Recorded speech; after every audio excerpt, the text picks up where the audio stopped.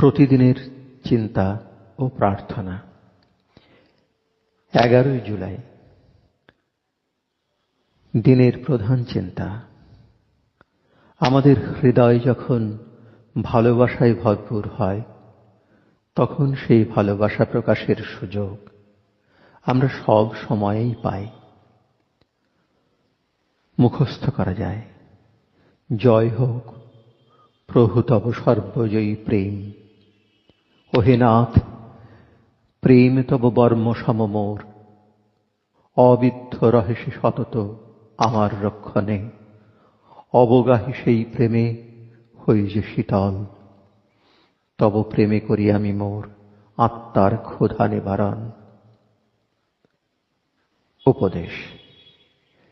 যে মানুষের হৃদয়ে অফুরন্ত ভালোবাসা, সে কখনো প্রেম দান না করিয়া তৃপ্ত হইতে পারে না।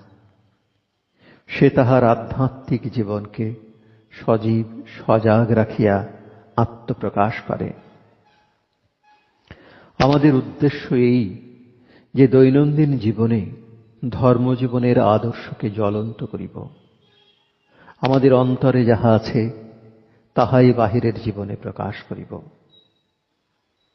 যদি ভালোবাসায় আমাদের হৃদয় ভরিয়া থাকে, তবে সৎ কথা বলিতে অথবা সৎ কাজ করিতে বা নীরবে আমাদের সহানুভূতি প্রকাশ করিতে কখনোই আমরা বিমুখ হইব না। প্রার্থনা। হে দয়াময়, তোমার কৃপায় আমি যেন আমার হৃদয় খুলিতে পারি।